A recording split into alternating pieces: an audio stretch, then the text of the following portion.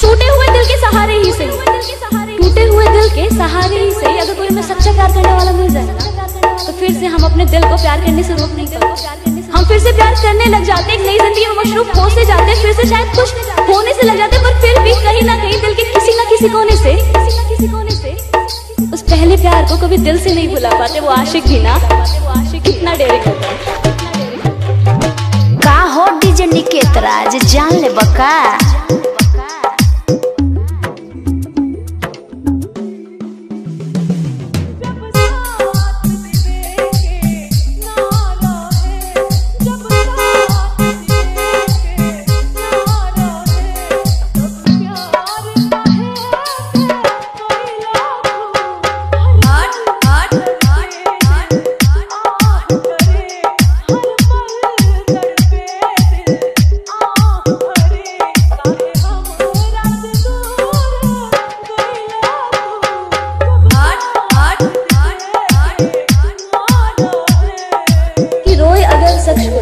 रोए अगर शख्स कोई तो वो कमजोर कहलाता है।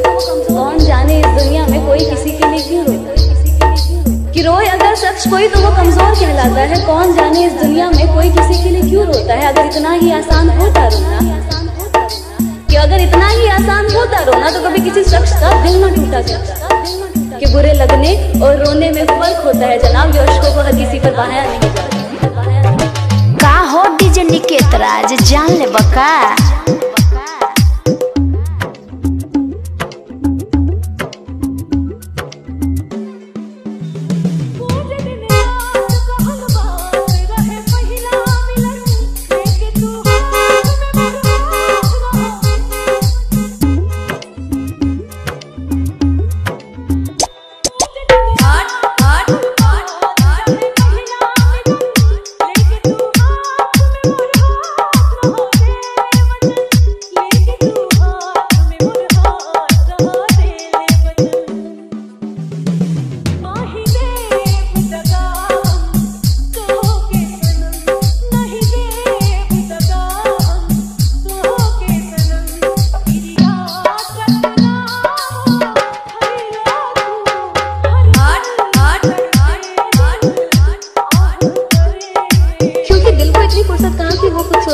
क्योंकि अगर दिल के पास दिमाग होता तो वो कभी टूटता ही नहीं। क्योंकि अगर दिल के पास दिमाग होता तो वो कभी किसी से प्यार करता ही नहीं। खासकर ऐसी मोहब्बत जिस मोहब्बत के बदले मोहब्बत ही मोहब्बत। क्योंकि अगर दिल के पास दिमाग होता तो शायद कभी कोई सपने देखते, इस डर से कि सपने तो एक बार है। शायद दिमाग वो जो हारने के डर से हमें लड़ने से।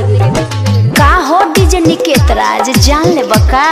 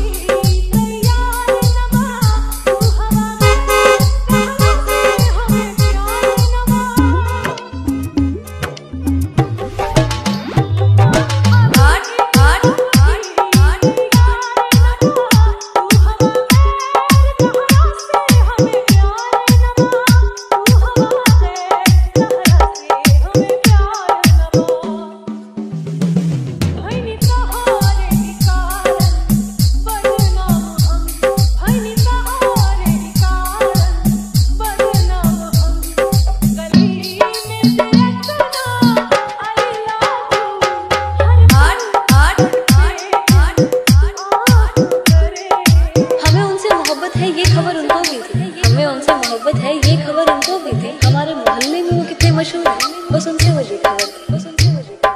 पहली नजर में ही उनसे प्यार हुआ, मिलकर उनसे बदला मेरा अंदाज। न वक्त का होश न समय का ठिकाना था, हमेशा नींद आना बस उन्हीं के ख्वाब देखने का बना। गुजरे जब भी आंखों के सामने से ये नजरें उन पर आके रुक जाना हमेशा का एक फसाना। का हो डीजे निकेत राज जान ले बका।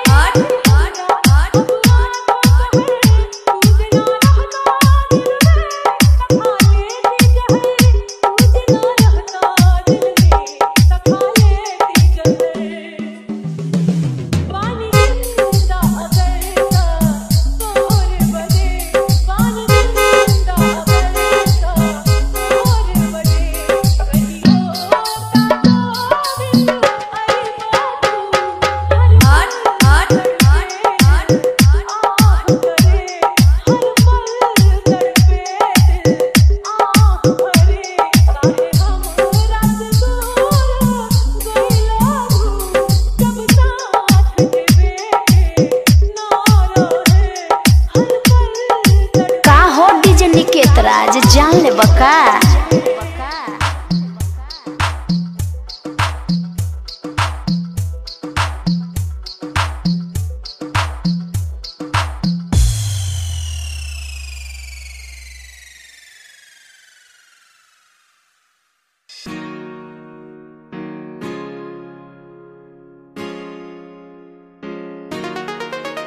एक नंबर का मेरा बालम करे से लाड मेरे, मेरी ठाडी टोर बढ़ाई रखे से ठाठ मेरे, मेरी ठाडी टोर बढ़ाई रखे से ठाठ मेरे।